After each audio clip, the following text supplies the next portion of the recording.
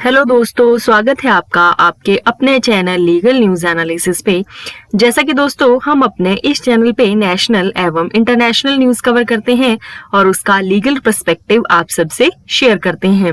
तो दोस्तों, जो आज की न्यूज मैंने कवर की है वह है कि जस्टिस DY चंद्रचूड़ जो है वो भारत के अगले नए मुख्य न्यायाधीश जो है वो बनने जा रहे हैं और 2 वर्ष तक जो है वो जस्टिस DY चंद्रचूड़ का जो है वो कार्यकाल रहेगा। देश में ऐसा पहली बार होने जा रहा है जब पिता और बेटा दोनों ही भारत के मुख्य न्यायाधीश बनने का गौरव हासिल कर रहे हैं। भारत के प्रधान न्यायाधीश UU ललित का कार्यकाल अब समाप्त होने को है। ऐसे में नियमानुसार उन्होंने अपने उत्तराधिकारी के तौर पर वरिष्ठ न्यायाधीश DY चंद्रचूड़ के नाम की केंद्र से मंगलवार को सिफारिश की है। जस्टिस DY चंद्रचूड़ जी के पिता YV चंद्रचूड़ भी सुप्रीम कोर्ट के मुख्य न्यायाधीश रह चुके हैं। कई संवैधानिक पीठों और अयोध्या भूमि विवाद, राइट टू प्राइवेसी से जुड़े मामलों समेत शीर्ष न्यायालय के ऐतिहासिक फैसलों का हिस्सा रहे न्यायमूर्ति चंद्रचूड़ सरकार द्वारा सिफारिश को मंजूर करने के बाद 9 नवंबर को देश के 50वें CJI जो है वो बनेंगे। न्यायमूर्ति चंद्रचूड़ जी 13 मई 2016 को सुप्रीम कोर्ट के न्यायाधीश बने थे। न्यायमूर्ति चंद्रचूड़ का 2 साल का कार्यकाल होगा और वह 10 नवंबर 2024 को सेवानिवृत्त होंगे। उच्चतम न्यायालय के न्यायाधीश जो है वो 65 वर्ष की आयु में जो है वो सेवानिवृत्त हो जाते हैं। अब मैं आपको बता दूं कि जस्टिस DY चंद्रचूड़ देश के सबसे लंबे समय तक CJI रहे न्यायाधीश YV चंद्रचूड़ जी के बेटे हैं।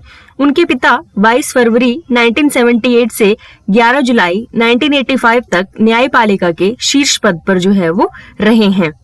केंद्रीय मंत्री श्री किरण रिजिजू ने 7 अक्टूबर को CJI को पत्र भेजकर अपने उत्तराधिकारी के नाम की सिफारिश करने को कहा था। CJI ललित 8 नवंबर को सेवानिवृत्त होंगे और उनका जो टोटल कार्यकाल है वो 74 डेज का जो है वो रहा। न्यायपालिका के डिजिटलीकरण में जस्टिस चंद्रचूड़ जी की बहुत ही अहम जो है वो रोल रहा है।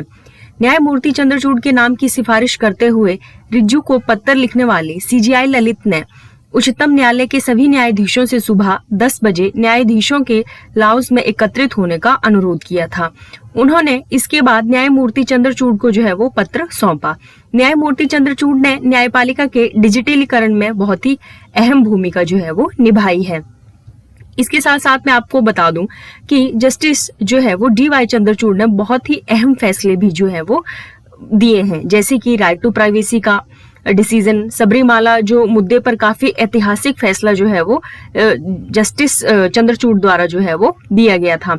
इसके अलावा न्यायमूर्ति चंद्रचूड़ समलैंगिक संबंधों को अपराध के दायरे से बाहर करने में भी एक बहुत इंपॉर्टेंट डिसीजन जो है वो दे चुके हैं। इसके साथ साथ medical termination of pregnancy act में जो है वो इस एक्ट का काफी ज्यादा जो है वो उन्होंने विस्तार भी किया। इसमें उन्होंने ये भी मेंशन किया कि अनमैरिड वीमेन भी 20 से 24 वीक्स की जो है वो प्रेगनेंसी को टर्मिनेट करवा सकती हैं। इसके साथ साथ दोस्तों, मैं अब आपसे डिस्कस करूंगी कि भारत की जो चीफ जस्टिस हैं उनकी नियुक्ति जो है वो कैसे की जाती है और इससे जो संबंधित परंपरा है ये कब से जो है वो चली आ रही है। भारत के संविधान में इस बात का विवरण नहीं मिलता है कि देश के मुख्य न्यायाधीश की नियुक्ति जो है वो कैसे की जानी चाहिए। आर्टिकल 124 क्लॉज 1 कहता है कि भारत का एक सुप्रीम कोर्ट होगा जिसमें भारत का एक मुख्य न्यायाधीश होगा, लेकिन इस अनुच्छेद में चीफ जस्टिस ऑफ इंडिया की योग्यता और उसकी नियुक्ति क्या होगी इस पर कोई जो है वो विस्तार में चर्चा नहीं की गई है। वहीं आर्टिकल 126 में जो है वो कार्यकारी CJI की नियुक्ति के बारे में जो जिक्र है वो जरूर मिलता है। मुख्य न्यायाधीश बनने की जो है वो अब प्रक्रिया क्या है। चीफ जस्टिस ऑफ इंडिया की नियुक्ति को लेकर संवैधानिक प्रावधान न होने की वजह से सर्वोच्च पद की नियुक्ति के लिए अभी तक जो है वो पिछली जो परंपराओं का ही सहारा लिया जा रहा है, जिसके तहत जब मौजूदा जो CJI हैं जब वो रिटायर्ड होंगे 65 इयर्स की एज में, तो सुप्रीम कोर्ट के सबसे जो वरिष्ठ जज होंगे उन्हें मुख्य न्यायाधीश की जो है वो जगह लेनी होगी। यहाँ पर मुख्य न्यायाधीश का चयन जो है वो उनकी उम्र से नहीं बल्कि इस बात से तय किया जाता है कि उन्हें सुप्रीम कोर्ट में जज कब नियुक्त किया गया था। लेकिन इसमें सबसे रोचक तथ्य ये है कि वही जज सुप्रीम कोर्ट का मुख्य न्यायाधीश होगा जो लंबे समय से सुप्रीम कोर्ट में है, ना कि एज का जो है वो फैक्टर देखा जाएगा। इसको मैं आपको एक एग्जांपल देके समझाती हूँ। मान लीजिए कि जब सीजीआई रिटायर हो रहे हों तो कोई एक जज ऐसा है जिसकी एज 63 इयर्स की है और वो 5 साल से सुप्रीम कोर्ट में कार्य कर रहे हैं, जबकि दूसरे जज की जो एज है वह 62 इयर्स की है, लेकिन वो 6 साल से सुप्रीम कोर्ट में कार्य कर रहे हैं। तो ऐसी स्थिति में जो है वो वरिष्ठता के पैमाने पे जो 62 इयर्स के जो जज होंगे उन्हें वरिष्ठ माना जाएगा, उन्हें जो है वो देश का नेक्स्ट सीजीआई जो है वो बनाया जाएगा। ऐसे में मामला जो है वो तब टफ हो जाता है जब 2 जजों की नियुक्ति सुप्रीम कोर्ट में एक ही दिन में हुई हो, तब ऐसे मैटर्स को जो है वो डिसाइड करना काफी ज्यादा टफ हो जाता है। इसके अलावा दोस्तों, सीजीआई की चयन की जो प्रक्रिया है, जिस प्रकार केंद्र सरकार ने मुख्य न्यायाधीश जो है उनसे अपने उत्तराधिकारी के बारे में केंद्र सरकार जो है वो पूछती है, हमारे जो कानून मंत्री हैं वह जो है वो उनसे राय लेते हैं कि वह अपने उत्तराधिकारी का जो है वो चयन करें।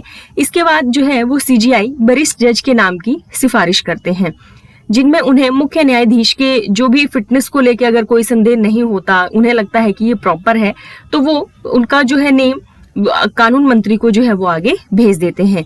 सीजीआई की सिफारिश के बाद कानून मंत्रालय इसे आगे बढ़ाता है और वह प्रधानमंत्री के पास जाता है और वहीं से ये जानकारी जो है वो राष्ट्रपति तक जो है वो पहुंच जाती है। इस पूरी प्रक्रिया के बाद सीजीआई के नाम पे जो है वो मोहर लग जाती है और फिर राष्ट्रपति जो है वो उन्हें शपथ दिलाते हैं। अब जो यहाँ पे नेक्स्ट क्वेश्चन आपके दिमाग में आएगा कि इसमें सरकार का क्या रोल होता है। चीफ जस्टिस के चयन की प्रक्रिया में कानून मंत्री और प्रधानमंत्री की जो है वो भागीदारी के साथ कॉलेजियम का भी एक अहम रोल होता है। सरकार कॉलेजियम के फैसले पर जो है वो दोबारा विचार के लिए जो है वो उसे भेज सकती है, लेकिन अगर कॉलेजियम दोबारा उसी नाम को भेजती है तो सरकार फिर उस पे जो है वो विरोध नहीं कर पाती है। इसके अलावा दोस्तों, अब जो एक मैंने आपको बताया कि एक ये परंपरा जो है वो चली आ रही है कि जो कोई सुप्रीम कोर्ट में जो सीनियर होते हैं उन्हें नेक्स्ट जो है वो सीजीआई कंसीडर कर दिया जाता है, लेकिन ये नियम जो है वो कई बार टूट भी चुका है। जैसे कि मैं आपको बता दूं कि सुप्रीम कोर्ट की स्थापना 1950 में हुई थी और अब तक देश में जो है वो, जैसे कि मैंने आपको बताया कि जस्टिस डी.वाई. चंद्रचूड़ जो है वो 50 जो है वो सीजीआई बनने जा रहे हैं और हर बार जो है वो वरिष्ठता की जो परंपरा है उसे अपनाया गया है, लेकिन हर काम में जो है वो एक्सेप्शन होती हैं। सुप्रीम कोर्ट में मुख्य न्यायाधीश के चयन को लेकर ऐसे कुछ एक अपवाद भी रहे हैं, जिसमें प्रमुख जो रहा है वो है न्यायाधीश A.N. रे और न्यायाधीश M.H. बेग की नियुक्ति।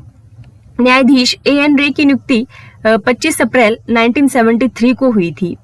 S.M. सिकरी के रिटायर होने के बाद सारे नियमों का उल्लंघन रखकर चीफ जस्टिस जो है वो उसे नियुक्त किया गया था। बता दें कि रे को न्यायाधीश J.M. शैलिट, justice K.S. हेगड़े और जस्टिस A.N. ग्रोवर की वरिष्ठता को जो है वो ताक पर रखकर जो है वो ये पद दिया गया था। वैसे तो अक्सर ये कहा जाता है कि मुख्य न्यायाधीश के चयन में प्रधानमंत्री जी का जो है वो कोई रोल नहीं होता है, लेकिन जब इंदिरा गांधी प्रधानमंत्री थी और मुख्य न्यायाधीश K.N. रे रिटायर होने वाले थे तो न्यायाधीश की सारी परंपराओं और वरिष्ठता को ताक पर रखकर M.H. बेग को जो है वो मुख्य न्यायाधीश बनाया गया था। बताते हैं कि परंपरा के लिहाज से उस समय के सबसे जो वरिष्ठ जज थे वह H.R. खन्ना थे, लेकिन श्रीमती इंदिरा गांधी जी को वो पसंद नहीं थे। तो दोस्तों, ये थी आज की वीडियो जिसमें मैंने आपके साथ डिटेल में डिस्कस किया कि सीजीआई की अपॉइंटमेंट कैसे होती है। तो आई होप आपको वीडियो अच्छी लगी हो। अगर आपको वीडियो अच्छी लगी हो तो please like, share and subscribe my channel. Thank you दोस्तों।